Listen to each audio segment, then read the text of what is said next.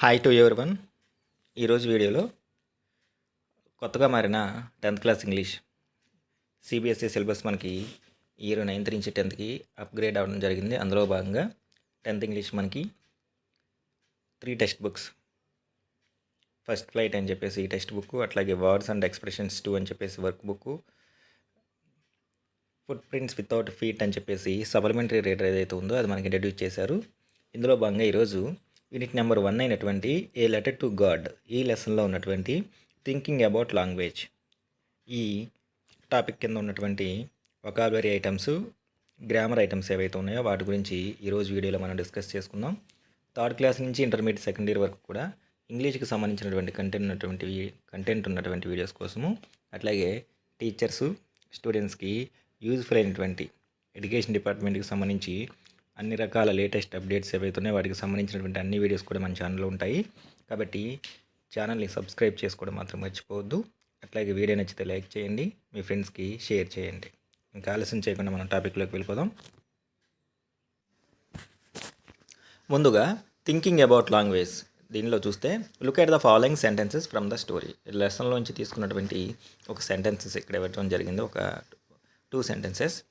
Suddenly, a strong wind began to blow, and along with the rain, very large hailstones began to fall. ఇక్కడ పైన hail stones are small balls of ice that fall like rain. So hail stones అంటే మనం వడగళ్ళు అని చెప్పేసి అంటాం. చిన్నపాటి మంచు ముద్దలు లాంటివి వర్షం పడేటప్పుడు ఆకాశం నుంచి పైకి వస్తూ ఉంటాయి. అంటే దాన్ని ఇంకో మాటలో చెప్పాలంటే వడగళ్ళ వాన అంటాం మనం. A storm in which hail stones falls is a hailstorm. So ఇలా వడగలతో పడేటటువంటి వాన ఏదైతే ఉందో దాన్ని మనం హెయిల్ స్ట్రోమ్ అని చెప్పేసి అంటాము. You know that a storm is bad weather with strong winds. అట్లాగే తుఫాన్ అంటే మీ అందరికీ తెలిసిందే ఏంటంటే అప్పుడు వాతావరణం ఏదైతే ఉందో అది మనకు అనుకూలంగా ఉండదు. తుఫాన్ వచ్చేటప్పుడు స్ట్రాంగ్ విండ్స్, బలమైనటువంటి గాలులు వీస్తూ ఉంటాయి, వర్షం పడుతుంది, థండర్ ఉరుములు ఉరుముతూ ఉంటాయి, అండ్ లైట్నింగ్ మెరుపులు మెరుస్తూ ఉంటాయి. ఇక్కడ మనకి ఏం చెప్తున్నారంటే there are different names in different parts of the world for storms. So తుఫాన్లు ఏవైతే ఉన్నాయో వాటికి ప్రపంచంలో ఉన్నటువంటి రకరకాల భాగంలో కొన్ని ప్రాంతాల్లో తుఫాన్ని ఒక్కొక్క రకంగా పిలుస్తూ ఉంటారంట, depending on their nature. So వాళ్ళ యొక్క నేచర్ అంటే వాళ్ళ యొక్క ప్రకృతి స్వభావాన్ని బట్టి ఒక్కో ప్రాంతంలో ఒక్కొక్కరు ఒక్కో రకంగా తుఫాన్ని పిలుస్తూ ఉంటారు. Can you match the names in the box with their descriptions below. కింద మనకి బ్లూ కలర్ స్కై బ్లాక్స్లో మనకి కొన్ని వర్డ్స్ ఇచ్చారనమాట. సో వాటిని కింద ఇచ్చినటువంటివి ఏవైతే ఉన్నాయో కొన్ని మిస్సింగ్ లెటర్స్తో వాటిని మ్యాచ్ చేయండి. And fill in the blanks. You may use A dictionary to help you. కావాలంటే ఇటు యొక్క మీనింగ్స్ ఏవైతే ఉన్నాయో వాటిని ఫైండ్ అవుట్ చేయడానికి డిక్షనరీ ఏదైతే ఉందో వాటిని ఉపయోగించుకోవచ్చు అని చెప్పేసి అంటున్నారు. ఫస్ట్ ఇచ్చినటువంటి వర్డ్స్ చూద్దాం. Gale, whirlwind, cyclone, hurricane, tornado, typhoon. ఇవి మనకి ఇచ్చినటువంటి వర్డ్స్. దీనిలో వచ్చేసరికి ఫస్ట్ వన్ వచ్చేసరికి a violent tropical storm in which strong winds move in a circle. So బలమైనటువంటి గాలులు వీస్తూ ఆ గాలి ఏదైతే ఉందో అది సర్క్యులర్ మోషన్లో కనుక వస్తూ ఉంటే అలాంటి దాన్ని మనం ఏమని పిలుస్తాము అంటే సైక్లోన్ అని చెప్పేసి అంటాము. ఆల్రెడీ సి అనే లెటర్ ఇవ్వడం జరిగింది, CYCLONE. Next and extremely strong wind. Extremely తీవ్రమైనటువంటి, స్ట్రాంగ్ బలమైనటువంటి గాలి, విపరీతమైనటువంటి గాలి, దాన్ని మనం గేల్ అని చెప్పేసి అంటాము, అంటే సుడిగాలి అని చెప్పేసి అంటాము. Next one a violent tropical storm with very strong winds. So తుఫాన్తో పాటు భయంకరమైనటువంటి గాలులు వీస్తూ ఉంటాయి, దాన్ని మనం టైఫూన్ అని చెప్పేసి అంటాం, TYPHOON. Next a violent storm whose centre is a cloud in the shape of a funnel. ఇది కూడా మనకి తీవ్రమైనటువంటి తుఫాను. అది వచ్చేసరికి వాతావరణం ఏవైతే ఉన్నాయో, మేఘాలు ఏవైతే ఉన్నాయో అవన్నీ కూడా మనకి ఒకేసారి మారిపోతూ ఉంటాయి. అలాంటి వాటిని మనం టోర్నడోస్ అని చెప్పేసి అంటాం, TORNADO. A violent storm with very strong winds. So తుఫాను తీవ్రంగా ఉంటుంది, అది వచ్చేటప్పుడు బలమైనటువంటి గాలులు వీస్తూ ఉంటాయి. ఎస్పెషల్లీ ప్రత్యేకంగా in the western Atlantic ocean, ఈ మహాసముద్రం మీద వచ్చేటటువంటి ఇప్పుడు మనం చెప్పుకున్నటువంటి ఈ యొక్క తుఫాన్ ఏదైతే ఉందో దాన్ని మనం హరికేన్ అని చెప్పేసి అంటాము. Next one a very strong wind that moves very fast in a spinning moment. బలమైనటువంటి గాలులు అవి ఎలా కదులుతాయంటే చాలా వేగంగా కదులుతూ ఉంటాయి. ఎలా? ఇన్ ఏ స్పిన్నింగ్ మూమెంట్, గిరగిరా తిరుగుతూ ఉన్నట్టు. And causes a lot of damage.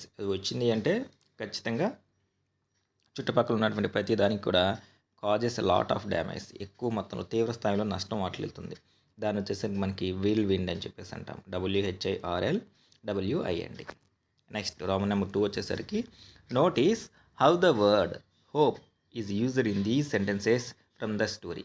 ఇక్కడ మనకి 2 సెంటెన్స్లు ఇవ్వడం జరిగింది. అందులో first one, I hope it in the brackets the hail storm passes quickly. ఇక్కడ హోప్ అనే మాట ఒకటి ఉపయోగించడం జరిగింది. Second one, there was a single hope help from God. So ఇక్కడ కూడా సెకండ్ సెంటెన్స్లో కూడా హోప్ అనే మాట ఉపయోగించబడింది. మనకి కింద ఏం చెప్తున్నారంటే, in the first example hope is a web which means you wish for something to happen. So మొదటి ఉదాహరణలో మనకి ఉపయోగించబడినటువంటి హోప్ ఏదైతుందో దాన్ని వెర్బ్ ఒక క్రియాపదంగా ఉపయోగించడం జరిగిందనమాట. దాని అర్థం ఏంటంటే ఐ హోప్ ఇట్, తను ఆశపడుతున్నాడు ఏమని, ఆ హెయిల్ స్టోమ్ ఏదైతే ఉందో అది పాసెస్ క్విక్లీ, తొందరగా వెళ్ళిపోతే బాగుండు అని చెప్పేసి లెంచో అనుకున్నాడు. సో ఇక్కడ hope means verb. There was a single hope help from God. So ఇక్కడ in the second example it is a noun meaning a chance for something to happen. So రెండో సెంటెన్స్లో కూడా హోప్ అనే మాట ఉపయోగించడం జరిగిందనమాట. వేరాజ్ ఫస్ట్ సెంటెన్స్లో హోప్ అనేది ఏదైతే ఉందో దాన్ని వెర్బ్గా ఉపయోగిస్తే, సెకండ్ సెంటెన్స్లో ఉన్నటువంటి హోప్ ఏదైతే ఉందో దాన్ని నౌన్గా ఉపయోగించారు, అంటే నామవాచకంగా. ఇక్కడ హోప్ యొక్క మీనింగ్ ఏంటంటే a chance for something to happen. Chance means అవకాశము, సంథింగ్ ఏదో ఒకటి జరగటానికి అవకాశం. There was a single hope, ఏదో నాకు ఒకే ఒక చిట్ట చివరి ఆశ ఉంది, ఏది, హెల్ప్ ఫ్రమ్ గాడ్, దేవుడి నుంచి ఏదైనా సహాయం వస్తుందేమో అని చెప్పేసి. సో ఫస్ట్ సెంటెన్స్లో హోప్ ఏమో వెబ్, సెకండ్ సెంటెన్స్లో హోప్ వచ్చేసరికి నౌన్. ఇక్కడ మనకిస్తున్నటువంటి టాస్క్ వచ్చేసరికి match the sentences in column A with the meanings of hope in column B. Left hand sentences ఏవైతే ఉన్నాయో వాటిలో మనకి హోప్ అనే మాట ఏదైతే ఉందో అది ఉపయోగించడం జరిగింది. ఆ హోప్ అనేది వర్డ్ ఏదైతే ఉందో దాన్ని ఏ కాంటెక్స్ట్లో ఉపయోగించారో దాని యొక్క మీనింగ్ మనకి కాలమ్ బిలో ఇవ్వటం జరిగిందనమాట.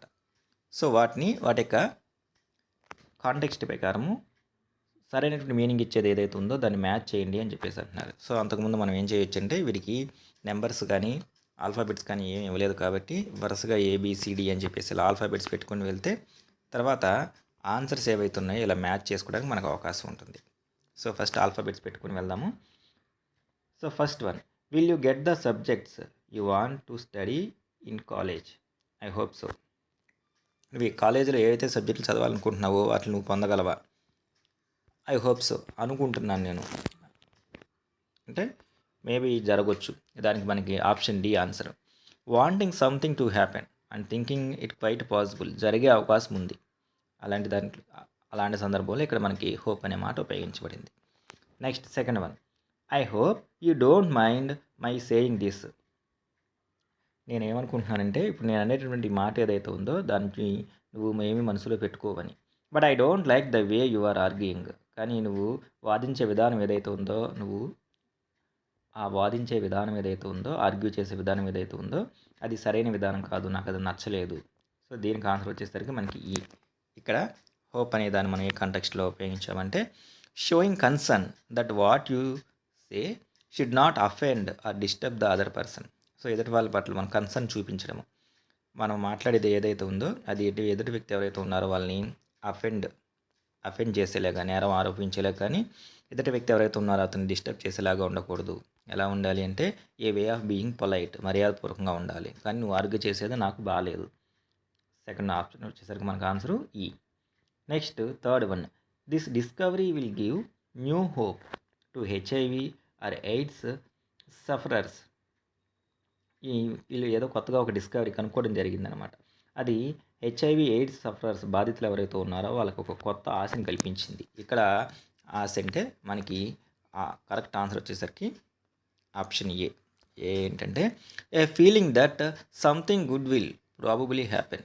సో ఇక్కడ హోప్ అంటే మనకి ఖచ్చితంగా ఇప్పుడు వీళ్ళు కనుక్కున్నటువంటి డిస్కవరీ ఏదైతే ఉందో ఖచ్చితంగా something good will probably happen, దానివల్ల ఖచ్చితంగా ఏదో మంచి జరుగుతుంది అని చెప్పేసి. ఎందుకని మెడిసిన్ అనేది లేదు కాబట్టి అలాంటి దానికి వీళ్ళు ఏదో క్యూర్ కనుక్కున్నారు కాబట్టి ఖచ్చితంగా దానివల్ల మంచి జరుగుతుందని. సో ఆప్షన్ A ఏదైతే ఉందో అది థర్డ్ దానికి suitable answer. Then moving to next one, we were hoping against hope that the judges would not notice our mistakes. So మేమందరం కూడా ఆశపడుతున్నాము దేనికంటే the judges would not notice our mistakes, మనం చేసిన తప్పులు ఏవైతే ఉన్నాయో వాటిని న్యాయమూర్తి ఎవరైతే ఉన్నారో ఆయన నోటీస్ అంటే గమనించకుండా ఉండొచ్చు అని చెప్పేసి నేను అనుకుంటున్నాను. సో దీనికి సూటబుల్ ఆన్సర్ మనకి F, means wishing for something to happen ఆల్తో this is very unlikely, అంటే జరగడానికి అవకాశం చాలా తక్కువ. అంటే ఖచ్చితంగా ఆయన మన మిస్టేక్స్ ఏవైతే ఉన్నాయో అవి ఫైండ్ అవుట్ చేస్తారు. అయినా అలా చేయకుండా ఉంటే బాగుండని ఆశపడుతున్నాము, ఇలా జరగాలని కోరుకుంటున్నారు, కానీ అది జరగడం అసాధ్యము. నెక్స్ట్ మన fifth one, I called early in the hope of speaking to her before she went to school. నేను ఈరోజు పెందలకాడే వెళ్ళటం జరిగింది, అంటే తను పిలవటం జరిగింది. Before she went to school, తన స్కూల్కి వెళ్ళటానికి ముందే అనమాట. సో దీనికి ఆప్షన్ వచ్చేసరికి ఆప్షన్ బి ఏంటంటే thinking that this would happen, it may or may not have happened, జరిగితే జరగవచ్చు లేకపోతే జరగకపోవచ్చు. Next sixth one, just when everybody had given up hope, so ప్రతి ఒక్కరూ కూడా ఆశ వదిలేసుకున్నప్పుడు ద ఫిషర్మ్యాన్ కేమ్ బ్యాక్, చేపలు పెట్టే వ్యక్తి ఎవరైతే ఉన్నారో అతను వచ్చాడు. 7 days ఆఫ్టర్ ద సైక్లోన్, అంటే అతను ఏదో తుఫాన్లో తప్పిపోయిన తర్వాత అందరూ కూడా ఇంకా అతను రాలేదు, చనిపోయి ఉంటాడని చెప్పేసి అనుకున్నారు. కానీ 7 days అయిపోయిన తర్వాత అతను తిరిగి వచ్చాడు. దీనికి మనకి ఆన్సర్ వచ్చేసరికి C, stopped believing that this good thing would happen. Stopped believing అంటే నమ్మటం ఏదైతే ఉందో దాన్ని ఆపేయటం, మంచి ఏదైతే ఉందో అది జరుగుతుందనేది నమ్మటం ఏదైతే ఉందో దాన్ని ఆపేయటం అనమాట. సో ఈ విధంగా లెఫ్ట్ హ్యాండ్ సైడ్ కాలం ఏలో ఉన్నటువంటి సెంటెన్స్లో ఉపయోగించినటువంటి ఏదైతే ఉందో దానికి సరైన కాంటెక్స్ట్ మీనింగ్ ఇచ్చే సెంటెన్స్ కాలం బీలో దాన్ని మనం మ్యాచ్ చేయొచ్చు. నెక్స్ట్ తర్వాత రిలేటివ్ క్లాజెస్ అని చెప్పేసి మనకి ఇక్కడ ఒక రోమన్ నెంబర్ 3లో ప్రత్యేకంగా ఇంకొక టాపిక్ ఇవ్వడం జరిగింది. లుక్ ఎట్ దీస్ సెంటెన్సెస్, ఇక్కడ 2 సెంటెన్సెస్ ఇచ్చారు. లెటర్ టు గాడ్ లెసన్ నుంచి తీసుకున్నటువంటి 2 సెంటెన్స్లు. దానిలో first one, all morning Lencho who knew is feels intimately looked at the sky. So తన పొలం గురించి బాగా తెలిసినటువంటి లెంచో మార్నింగ్ మొత్తం కూడా తన పొలం నిలబడేట చూస్తూ ఉన్నాడు. This is the first one. And the second one, the woman who was preparing supper replied yes God willing. So ఆ రోజు రాత్రి వారికి భోజనాన్ని ప్రిపేర్ చేస్తున్నటువంటి ఆవిడ ఎవరైతే ఉందో ఆవిడ ఇలా సమాధానం చెప్పింది ఏంటంటే ఎస్ గాడ్ విల్లింగ్, మనం అనుకుంటే సరిపోతుందా, దేవుడు కూడా ఆయన ఏం తలిచాడో, ఆయన ఏమనుకుంటున్నాడో అని చెప్పేసి. ఇక్కడికి వచ్చేసరికి మనకి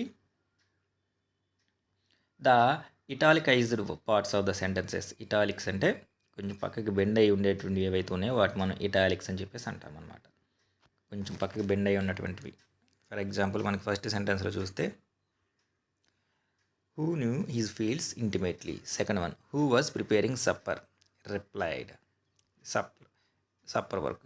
సో ఇలాంటివి వాటిని మనం ఇటాలిక్ పార్ట్స్ అని చెప్పేసి అంటాం.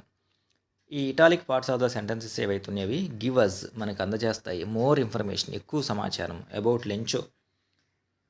ఫస్ట్ సెంటెన్స్లో లెంచో గురించి, సెకండ్ సెంటెన్స్లో ఉమెన్ ఎవరైతే ఉందో తన గురించి. We call them relative clauses, అలాంటి వాటిని మనం రిలేటివ్ క్లాజెస్ అని చెప్పేసి అంటాము. మెన్షన్ చేసినటువంటి సబ్జెక్ట్ ఏదైతే ఉందో, సెంటెన్స్లో ఉన్నటువంటి సబ్జెక్ట్ ఎవరైతే ఉన్నారో వారి గురించి సమాచారాన్ని ఇచ్చేటటువంటి సెంటెన్సెస్ ఏవైతే ఉన్నాయో వాటిని మనం రిలేటివ్ క్లాజెస్ అని చెప్పేసి అంటాము. Notice that they began with a relative pronoun. ఒకసారి బాగా గమనిస్తే ఈ ఇన్ఫర్మేషన్ ఇచ్చే పార్ట్ ఏదైతే ఉందో అవి రిలేటివ్ ప్రొనౌన్తో స్టార్ట్ అవుతుంది. ఫర్ ఎగ్జాంపుల్ మనకి ఫస్ట్ సెంటెన్స్లో రిలేటివ్ ప్రొనౌన్ వచ్చేసరికి WHO హూ, సెకండ్ సెంటెన్స్లో రిలేటివ్ ప్రొనౌన్ వచ్చేసరికి WHO who. Other common relative pronouns are, ఇట్లా రిలేటివ్ క్లాజెస్లో WHO హూ కాకుండా ఇంకా వేరేగా ఉపయోగించేటటువంటి మిగతా రిలేటివ్ ప్రొనౌన్స్ ఏంటి అంటే WHOM whom, WHOSE whose, and which ఏది. అంటే హూ కాకుండా హూమ్, హూస్, విచ్ ఏవైతే ఉన్నాయో కూడా మనం రిలేటివ్ క్లాజ్లో రిలేటివ్ ప్రొనౌన్స్గా ఉపయోగిస్తాము. The relative clauses in A and B above are called non defining.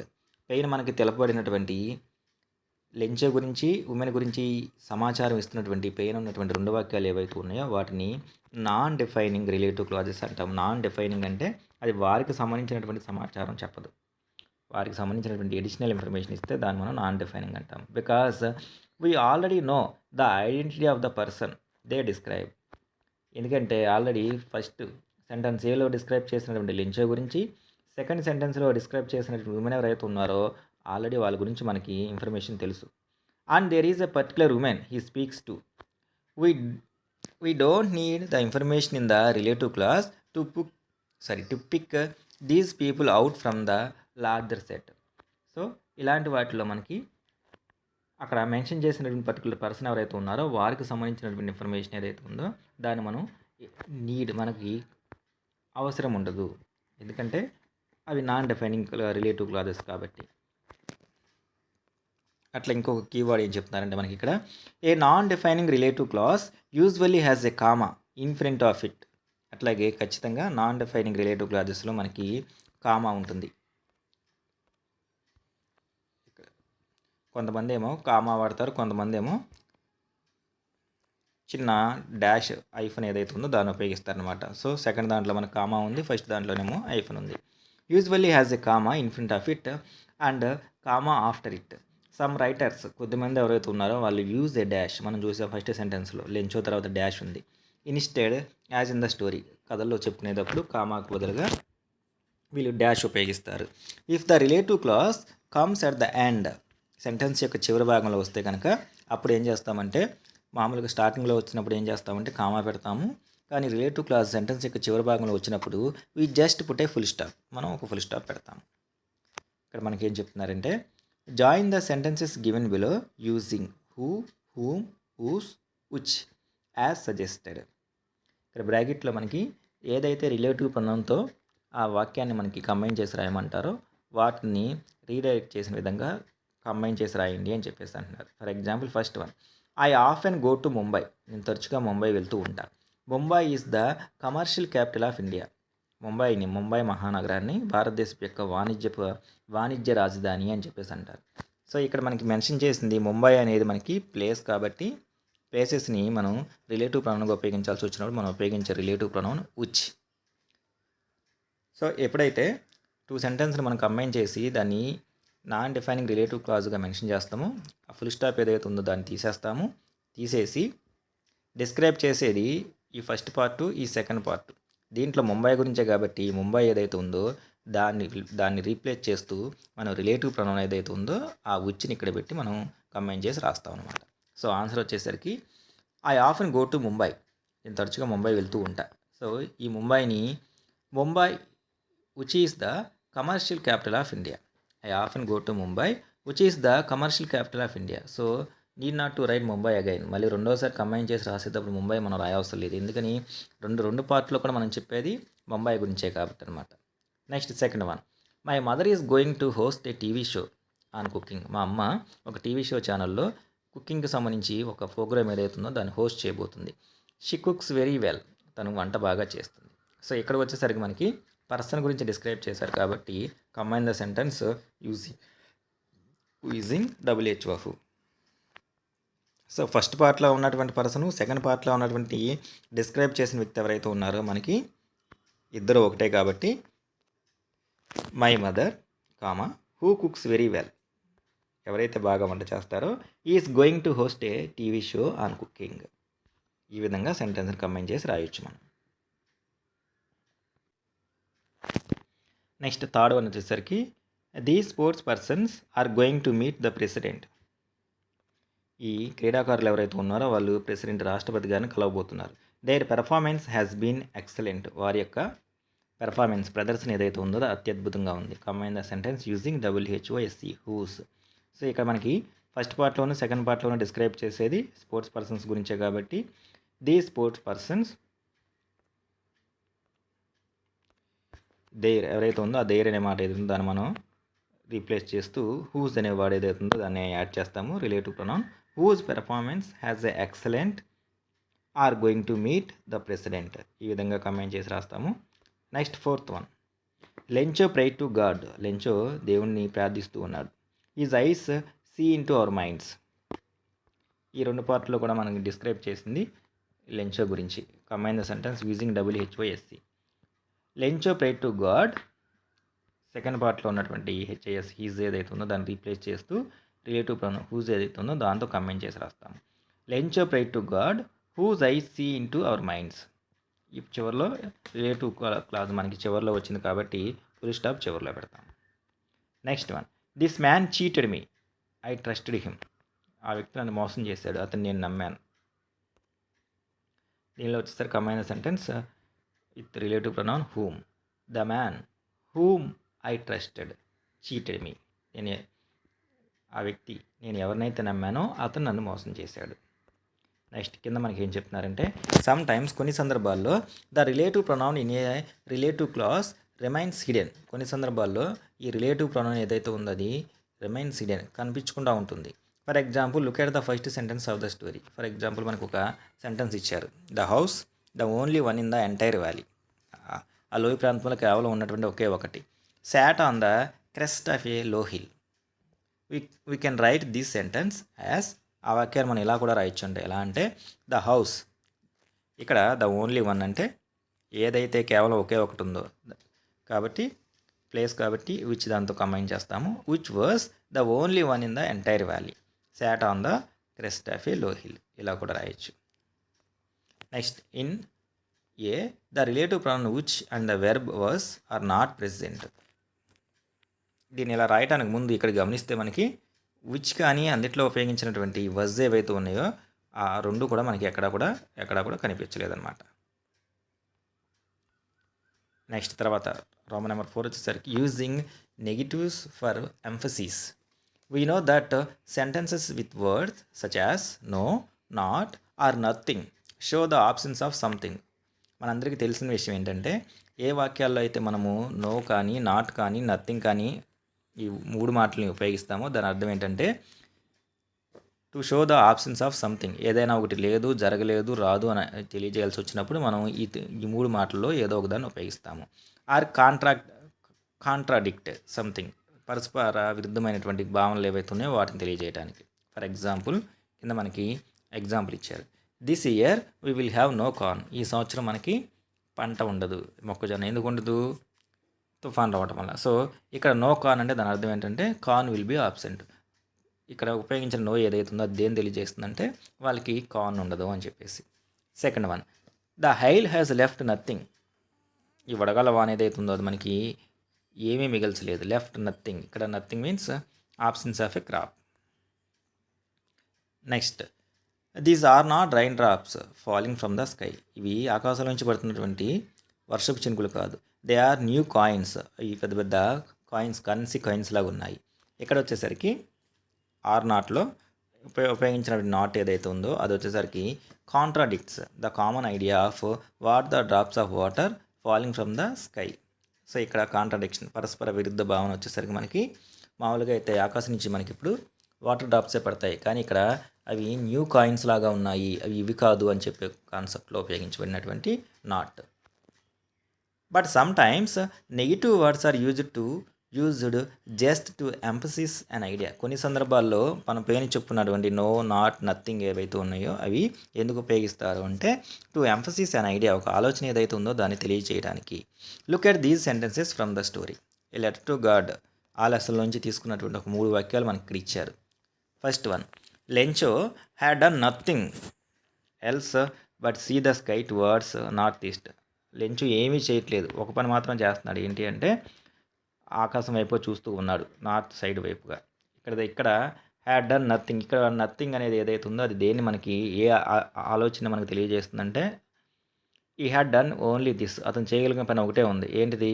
ఆకాశం వైపు చూడటం, ఎప్పుడు వర్షం వస్తుందా అని చెప్పేసి. అది తప్ప అతను ఏమీ చేయలేడు అనమాట. So in this case here the idea emphasis was only doing this thing. Next second one, the man went out for no other reason than to have the pleasure of feeling the rain on his body. లోపల నుంచి బయటికి వెళ్ళాడు అంటే ఇక్కడ ప్రత్యేకంగా ఏ కారణం లేదు, ఒకటే ఒక కారణం ఏంటంటే వర్షం ఏదైతే పడుతుందో ఆ వర్షం పడేటప్పుడు వచ్చేటువంటి ఫీలింగ్ ఏదైతే ఉందో దాన్ని అనుభవించడం కోసము. సో ఇక్కడ నో ఏదైతే ఉందో దేని తెలియజేస్తుందంటే ఇక్కడ ఓన్లీ దిస్ రీజన్, అతను బయటికి వెళ్ళడానికి కేవలం ఈ కారణం మాత్రమే ఉంది అనే ఐడియా ఏదైతే ఉందో దాన్ని వ్యక్తపరచడానికి కోసం. నెక్స్ట్ తర్వాత వచ్చేసరికి Lencho showed not the slightest surprise on seeing the money. Lencho తనకి 70 పెసోస్కి సంబంధించినటువంటి ఎన్వలప్ కవర్ వచ్చినప్పుడు అది చూడంగానే అతని ఫేస్లో మనకి ఏ చిన్నపాటి స్లైటెస్ట్ మీన్స్ స్మాల్ చిన్నపాటి ఆశ్చర్యం కూడా అతను కనిపించలేదు. ఇక్కడ నాట్ ఏదైతే ఉందో దాని అర్థం ఏంటంటే ఈ showed no surprise at all. అతని ఫేస్లో ఎటువంటి సర్ప్రైజ్ ఫీలింగ్ సడన్ ఎక్స్ప్రెషన్ మనకి అనేది కనిపించలే అనమాట. నా look back at example C. ఒకసారి సి అనే ఎగ్జాంపుల్ ఏదైతే ఉందో దాన్ని చూస్తే notice that the contradiction in fact serves to emphasis the value or usefulness of the rain to the farmer. So sentence 3లో ఉపయోగించినటువంటి ఈ కాంట్రడిక్షన్ ఏదైతే ఉందో అది దేని తెలియజేస్తుందంటే వర్షం ఏదైతే ఉందో దాని యొక్క విలువ లేదా దానివల్ల కలిగేటువంటి ఉపయోగం ఏదైతే ఉందో రైతుకి దానికి సంబంధించిన విషయాన్ని మనకు తెలియజేస్తుంది. కింద మనకి ఏం చెప్తున్నారంటే find sentences in the story with negative words which express the following ideas emphatically. ఇక్కడ మనకి 3 వాక్యాలు ఇవ్వడం జరిగింది. ఒకటి, the trees lost all their leaves, the letter was address to God himself, the postman saw this address for the first time in his career. ఈ 3 వాక్యాలు ఏవైతే ఉన్నాయో వాటికి మనకి లెటర్ టు గాడ్ అనే లెసన్లో వీటిని నెగిటివ్ వర్డ్స్ ఇచ్చి కొన్ని సెంటెన్స్లు మనకి స్టోరీలో ఉన్నాయంట. సో వాటి యొక్క నెగిటివ్ వర్డ్స్ ఏదైతే ఉందో దేని ఎక్స్ప్రెస్ చేస్తుందో మనకి మీనింగ్ ఎలా ఇచ్చారో ఆ మీనింగ్ ఇక్కడ ఇచ్చారు. ఆ నెగిటివ్ వర్డ్స్తో ఉన్నటువంటి సెంటెన్స్లు స్టోరీలో ఏవైతే ఉన్నాయో వాటిని ఐడెంటిఫై చేసి రాయండి అని చెప్పేసి ఈ మీనింగ్ని కన్వే చేసేటటువంటి సెంటెన్స్లు మనకి లెసన్లో ఉన్నాయి. ఈ మీనింగ్ని కన్వే చేసేటువంటి నో, నాట్, నథింగ్ ఏవైతే ఉన్నాయో వాటితో ఉపయోగించబడినటువంటి ఈ మీనింగ్ తెలియజేసే సెంటెన్స్లు స్టోరీలో ఉన్నాయో వాటిని ఫైండ్ అవుట్ చేసి రాయండి అంటున్నారు. దానిలో ఫస్ట్ వన్ చూస్తే the trees lost all their leaves. చెట్లన్నీ కూడా వాటి యొక్క ఆకులను కోల్పోయాయి. ఇదే కాంటెక్స్ట్ని ఇదే మీనింగ్ తెలియజేస్తూ మనకి లెసన్లో ఉన్నటువంటి సెంటెన్స్ వచ్చేసరికి not a leaf reminded on the trees. కనీసం ఒక ఆకు కూడా చెట్ల మీద నిలబడలేదు అనే సెంటెన్స్ మనకి లెసన్లో ఉంది. సో అది ఈ మీనింగ్ని కన్వే చేస్తుంది. Next second one, the letter was addressed to God himself. Addressed అంటే ఇది చిరునామా అనమాట. లెటరు కేవలం దేవుడికి మాత్రమే రాయబడింది. It is nothing less than letter to God. ఒక మాటలో చెప్పాలంటే అది మరెవరి కోసమో రాసినటువంటి లెటర్ కాదు. ఆ లెటర్ రాసింది దేవుడి కొరకు. The postman saw this address for the first time in his career. So మొదటిసారి పోస్ట్ మ్యాన్ తన కెరియర్లో యాజ్ ఎ పోస్ట్ మ్యాన్గా ఈ అడ్రస్ చూస్తున్నాడు అనమాట. ఆన్సర్ వచ్చేసరికి ఆన్సర్ అంటే మనకి సేమ్ మీనింగ్ కన్వే చేసేటువంటి సెంటెన్స్ లెసన్లో ఉన్నది వచ్చేసరికి never in his career as a post man add he known that address. ఇదే మీనింగ్ కన్వే చేసే సెంటెన్స్ మనకి లెసన్లో ఈ సెంటెన్స్. నెక్స్ట్ తర్వాత రోమన్ నెంబర్ 5 వచ్చేసరికి metaphors. The word metaphor comes from A Greek word meaning transfer. ఇప్పుడు మనం discuss చేసుకోబోతున్నటువంటి metaphor తెలుగులో వాటిని మనం రూపకము అని చెప్పేసి అంటాము. సో అంటే ఒకదానితో ఒకటి కంపేర్ చేసి చెప్పడాన్ని మనం రూపకము అని చెప్పేసి అంటాము. ఈ మెటఫర్ అనే వర్డ్ గ్రీక్ వర్డ్ అయినటువంటి ట్రాన్స్ఫర్, గ్రీక్ వర్డ్ నుంచి వచ్చింది. దాని అర్థం ఏంటంటే ట్రాన్స్ఫర్ అంటే బదిలీ చేయటము. Metaphors compare 2 things or ideas. So ఈ మెటఫర్స్ని మనం ఈ రూపకాలను ఎందుకు ఉపయోగిస్తామంటే టు కంపేర్ 2 థింగ్స్, 2 వస్తువుల్ని పోల్చడానికి కానీ 2 ఆలోచనలు ఏవైతే ఉన్నాయో ఒకదాంతో ఇంకొక ఆలోచనని కంపేర్ చేయడానికి కానీ మెటఫర్స్ని మనం ఉపయోగిస్తాము. ఏ క్వాలిటీ లక్షణం కావచ్చు, ఆర్ ఫీచర్ క్యారెక్టరిస్టిక్స్ కావచ్చు, of one thing is transfer to another thing. ఒకదానికి ఉన్నటువంటి లక్షణాన్ని ఇంకొక దానితో కంపేర్ చేస్తామన్నమాట. సమ్ కామన్ మెటఫర్స్ ఆర్, కొన్ని కామన్గా ఉపయోగించే మెటఫర్స్ ఇక్కడ ఇచ్చారు. ఏంటి? The leg of the table means the leg supports our body. So the object that supports a table is described as a leg. So legs ఏవైతే ఉన్నాయో అవి మన బాడీ భూమి మీద నిలబడటానికి మనకు సపోర్ట్ చేస్తూ ఉంటాయి అన్నమాట. సో కాబట్టి ఏం చేస్తారంటే the object that supports a table ఏదైతే ఉందో దాని సపోర్ట్ కూడా లెగ్ లాగా ఉండేటువంటి భాగం సపోర్ట్ చేస్తుంది. కాబట్టి అందుకని టేబుల్కి ఉన్నటువంటి లెగ్ ఏదైతే ఉందో దాన్ని మన బాడీకి ఉన్నటువంటి లెగ్తో కంపేర్ చేస్తారంట. Is described as a leg. Next the heart of the city. కొన్ని నగరాలు ఏవైతే ఉన్నాయో వాటిని the heart of the city అని చెప్పేసి అంటాము. ఎందుకని మనం హ్యూమన్ బీయింగ్స్ ఎవరైతే ఉన్నారో వాళ్ళ యొక్క ఆర్గాన్స్లో బాగా మోస్ట్ ఇంపార్టెంట్ ఆర్గాన్ ఏదైనా ఉందంటే అది heart. The heart is an important organ in the centre of our body. So this word is used to describe the centre area of A city. అట్లాగే మనిషి బాడీలో హార్ట్ ఏదైతే ఉందో అది ఎంత ముఖ్యమైనటువంటి భాగమో ఏదైనా ఒక నగరం చాలా ఫేమస్ అయ్యి ఆ నగరము ఆ పట్టణానికి ఆ రాష్ట్రానికి కానీ ఆ ప్రాంతానికి కానీ చాలా ముఖ్యమైనదని చెప్పాల్సి వచ్చినప్పుడు this is the heart of the city అని చెప్పేసి చెప్తూ ఉంటారనమాట. సో ఇప్పుడు మనకి కింద ఒక టాస్క్ ఇస్తున్నారు ఏంటంటే, in pairs find metaphors from the story to complete the table below. A letter to God అనే లెసన్లో ఇట్లాంటి మెటఫర్స్ చాలా ఉపయోగించడం జరిగింది. సో మీరు మీ యొక్క ఫ్రెండ్స్ ఎవరైతే ఉన్నారో వాళ్ళతో పేరుగా కూర్చొని కింద ఇచ్చిన టేబుల్ ఏదైతే ఉందో వాటిలో మనకి ఏ లెటర్ టు గాడ్ లెసన్లో ఉపయోగించబడినటువంటి మెటఫర్స్ దేంతో కంపేర్ చేశారు అనే దాన్ని రాయమంటున్నారు. Try to say what qualities are being compared. So అట్లాగే ఒక లక్షణాన్ని ఇంకొక లక్షణంతో కంపేర్ చేస్తామని మనం చెప్పుకున్నాము. సో ఏ లక్షణాన్ని దేంతో కంపేర్ చేశారో కూడా చెప్పండి. One has been done for you, ఒకటి already one has been done for us, ఒకటి మన కోసం ఆల్రెడీ రాయటం జరిగింది. ఫస్ట్ ఆబ్జెక్ట్ క్లౌడ్, మేఘాలు తీసుకున్నారనమాట. సో మేఘాలు ఏవైతే ఉన్నాయో వాటిని huge mountains of clouds. Huge mountains, మేఘాలు ఎలా ఉన్నాయంట, మౌంటైన్స్ ఆఫ్ క్లౌడ్స్ ఎలా ఉన్నాయంటే పర్వతాల్లాగా ఉన్నాయంట. The mass or hugeness of mountains. So ఇక్కడ కంపేర్ చేసినటువంటి క్వాలిటీస్ అంటే మౌంటైన్స్ అంటేనే చాలా ఎత్తుగా ఉన్నటువంటివి, అలాంటివి మేఘాల్ని మౌంటైన్స్తో కంపేర్ చేశారు. అంటే అవి ఎంతగా ఉన్నాయో వాటి యొక్క ఫిజికల్ అపియరెన్స్ ఎంత హ్యూజ్గా ఉన్నాయో చెప్పడానికి ఉపయోగించబడింది. సో నెక్స్ట్ వచ్చేసరికి రైన్ డ్రాప్స్ ఏవైతే ఉన్నాయో వాటిని కంపేర్ చేయడానికి మనకు ఉపయోగించిన మెటఫర్ వచ్చేసరికి ఏ కర్టన్ ఆఫ్ రైన్.